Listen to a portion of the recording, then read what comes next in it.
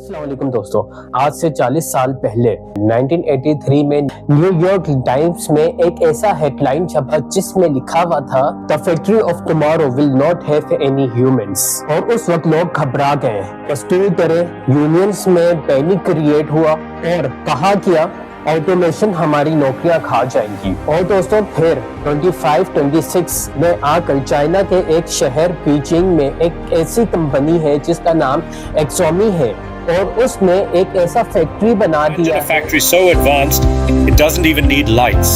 Xiaomi's new 81,000 square meter dark factory in Beijing runs 24/7 with zero humans on the floor, powered entirely by AI and robotics that assemble a smartphone every single second. जो मुकम्मल तरीके से dark रहती है और उसका नाम ही है डार्क फैक्ट्री। क्यों? क्योंकि वहाँ पर कोई इंसान काम नहीं कर रहा। अंधेरे में रोबोट्स 24 आवर्स काम कर रहे हैं और 10 मिलियन फ्लैगशिप स्मार्टफोन्स बना रहे हैं। ये ऑटोमेशन की इंतहा है। भाई दोस्तों, एक ऐसी कंपनी है जिसका नाम है नेटक्रैकन वेबसॉफ्ट। उसने तो अपना सीईओ एआई को बना दिया है जिसका नाम है टेंग हू। और पोलैंड की एक कंपनी डिक्टेटर ने मीका नाम के रोबोट को अपना सीईओ बना दिया है। लेकिन दोस्तों, क्या ये हर जगह कामयाब है? बिल्कुल नहीं। दोस्तों, ऐसी भी कंपनीज है जहां एक तरफ एक्सोमी बिलियंस कमा रही है ऑटोमेशन को लाकर, वहीं पर एयर कनाडा और टेको बेल जैसे ऐसे कंपनीज भी है जिन लोगों को बहुत जलालत उठानी पड़ी एआई को अपने सिस्टम में डिप्लॉय करने के बाद। आज हम इस वीडियो में यही बात करेंगे successful versus unsuccessful AI deployment. दोस्तों, आज हम उन हॉरर स्टोरीज को समझेंगे जिन्होंने कंपनीज को तबाह कर दिया और सबसे इम्पोर्टेंट टॉपिक उस रोड मैप को समझेंगे जिससे पाकिस्तान, जहां की फ्रीलांसिंग 91% ग्रो कर रही है, इस टेक्नोलॉजी से कैसे फायदा उठा सकते हैं। तो चलिए दोस्तों, शुरू करते हैं।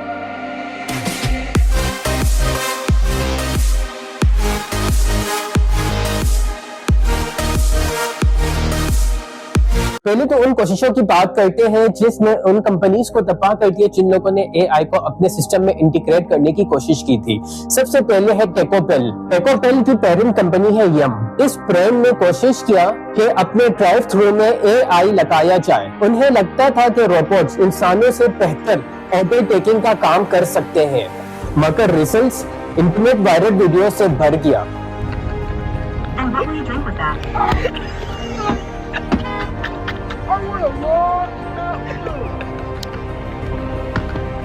And your drink?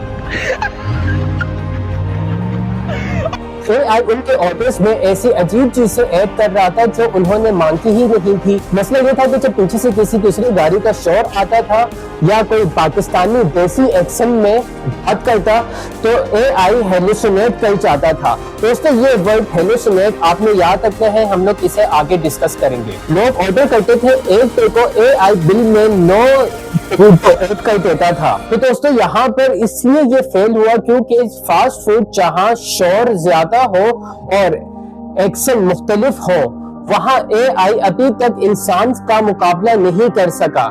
ऐसे वक्तों में एआई को इंसानों की निगरानी में रखना पड़ता है, जिसकी वजह से कॉस्ट कम नहीं होती है बल्कि कॉस्ट और ज्यादा बढ़ जाता है। फिर दोस्तों, यहाँ पे बात करते हैं हम लोग एयर कनाडा के लीगल लॉस के ऊपर। दोस्तों, एआई को इंटीग्रेट करने से एयर कनाडा को ये नुकसान हुआ, उनके कस्टमर ने उनसे एक रिफंड पॉलिसी मालूम किया जिसमें एआई ने उसको बहुत सस्ता रिफंड पॉलिसी बता दिया। जब कस्टमर ने पैसे वापस मांगे तो कंपनी ने इनकार कर दिया। वहीं पर कस्टमर ने उनको सू कर दिया तो फिर कोर्ट ने एयर कनाडा को सजा सुनाई और कहा आपका एआई आपकी जिम्मेदारी। तो दोस्तों, लेसन इससे हमें ये दोस्तों यहाँ पर हमें ये सीखने को मिलता है कि एआई को बगैर मॉनिटर पे डिप्लॉय करना माली और कानूनी नुकसान है। फिर दोस्तों, वोक्सवैगन ने अपनी गाड़ी को स्मार्ट बनाने के लिए बिलियंस ऑफ डॉलर्स खर्च किए, लेकिन इस सॉफ्टवेयर में इतना बग्स आ रहा था जिसको रिमूव करते हुए अच्छा खासा टाइम लग गया और ये गाड़ी बहुत ज्यादा डिले हुई, जिसकी वजह से उसके सीईओ को भी फारिग कर दिया गया। इससे हमें ये सीखने को मिला कि ओवर ऑटोमेशन हमेशा फायदा नहीं देती, इससे कभी कभी सिस्टम भी क्रैश हो जाता है।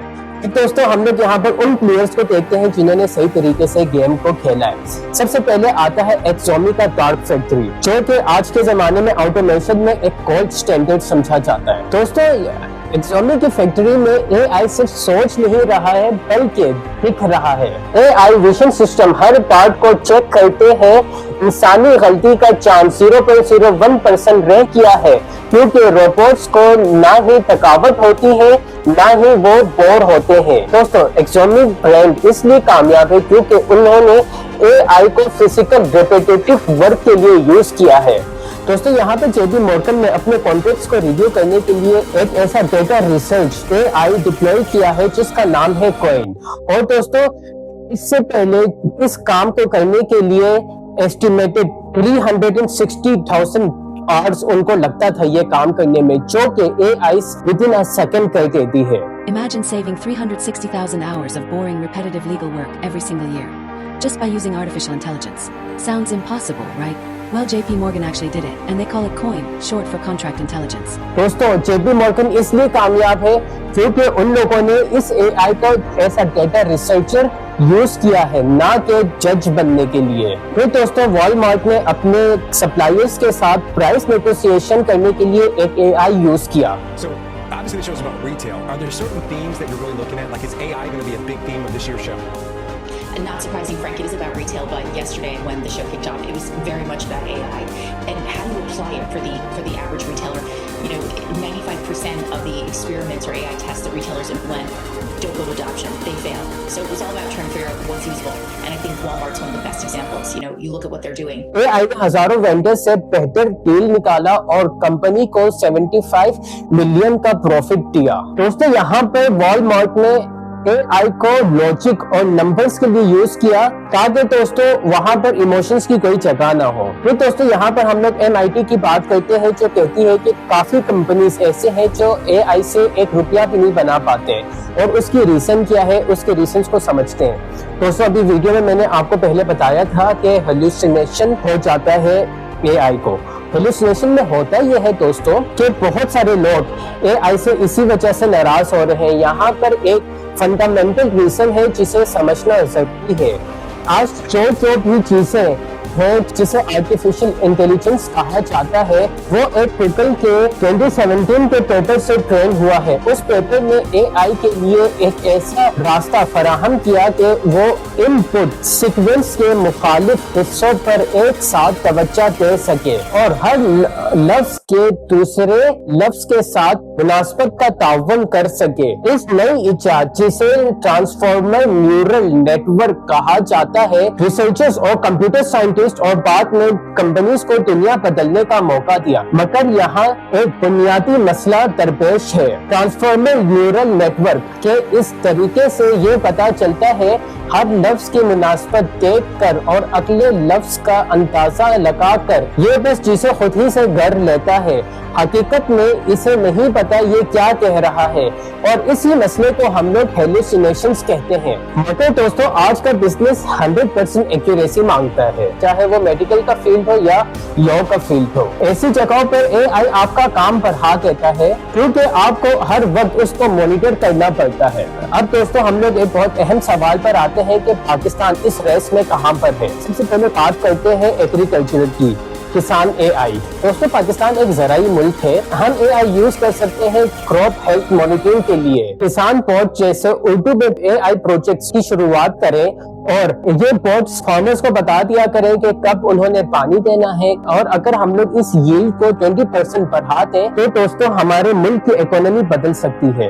और यहीं पर ही दोस्तों मैंने अपने पिछले वीडियो में बताया था कि पाकिस्तान ने एक हाइपर स्पेक्ट्रल सैटेलाइट स्पेस में डिप्लॉय किया है और उस सैटेलाइट का सबसे बड़ा फायदा एग्रीकल्चरल फील्ड में भी है। तो अगर दोस्तों आपने वो वीडियो नहीं देखा तो उस वीडियो को भी लाजमी देखिएगा। फिर दोस्तों जो AI का सबसे बड़ा फायदा है वो ये है कि पाकिस्तान दुनिया का 4th ऐसा मुल्क है जहाँ पे फ्रीलांस 91% तक चला गया है। 2025 में 91% ग्रोथ हुई, मगर ध्यान रहे सिर्फ कॉन्ट्रैक्ट राइटिंग या डेटा एंट्री का काम खत्म हो रहा है। अब वक्त है AI सॉल्यूशंस सीखने का। तो दोस्तों पाकिस्तान ने एक नेशनल AI पॉलिसी निकाला है। I am joined by Danielle Sharaf. She is a founder and CEO of Squidge. Tech ecosystem, we're about I think we did about 3.8 billion, if I'm not wrong, dollars in IT exports crores last year, and that has actually grown this year in 2025 abhi tak, which is fantastic. And this is an ecosystem that is working and is profitable despite the regulatory. In terms of the AI ecosystem in particular, what's happening?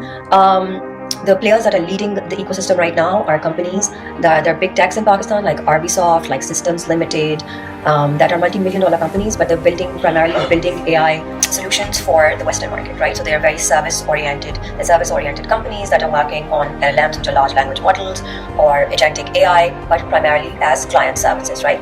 In Pakistan, if we look at the startups that are working in AI for local solutions, you have smaller players who have not been able to raise much money. I think as far as if we look at the deal flow, this year we've only had about 2 AI startups that got funding. And the work that's primarily happening in Pakistan is around agentic AI, which means agentic AI, and then the second one is NLP, which is natural language processing. So you have 2 very good startups that have now come into Pakistan, as in they are based out of universities. One of them is based out of Lums. It's called Awaz-e-Sehat, and they are working on training Urdu language bots for maternal and childcare health. So that is one. The other one is Xylexia, that's also building. It's an image scanning and it's an image analytical software, AI, that primarily deals with your radiological content, like your x-rays and stuff, to detect anomalies like cancer, tuberculosis and all. So these are 2 health tech startups that have come up. So that's pretty much like a quick snapshot of what's happening in the ecosystem with AI at the moment. तो दुनिया हमारी 250 million की market के लिए हमारे developers को higher करेगी। दोस्तों, आज की वीडियो का नतीजा ये है कि AI कोई जादू का चिराग नहीं है। एक्सॉमी की डार्क फैक्ट्री इसलिए कामयाब है क्योंकि उनकी इंजीनियरिंग सॉलिड थी। टेकोपेल मुश्किल में क्यों है? क्योंकि उन्होंने इंसानी नॉर्म्स को इग्नोर किया। पाकिस्तान के लिए मेरा मैसेज साफ है, AI will not take your jobs, but the person using AI will definitely take your job। डर को छोड़ो और सीखना शुरू करो। और दोस्तों, यहाँ पे मैं एक और चीज ऐड करता चलूं, वो लोग जो फुल्ली AI पे डिपेंड है और अपना हर कुछ वो लोग AI से लिखवाते हैं, वो लोग जल्दी रिप्लेस कर दिए जाएंगे। लेकिन वो लोग फॉर एग्जाम्पल उन्होंने कोई ईमेल लिखना हो उन्होंने, तो वो AI पे देकर उसे पॉलिश करवा रहे हो, सिर्फ वो लोग किंग बनेंगे। और क्या आपको लगता है कि पाकिस्तान में AI के आने से नया रास्ता खुलेगा? कमेंट बॉक्स में लाजमी बताएं और वीडियो को लाजमी सब्सक्राइब करिएगा। मिलते हैं अगले वीडियो में एक अगली टॉपिक के साथ, इसी उम्मीद से कि आप लोग अपना ख्याल रखेंगे। अल्लाह हाफिज।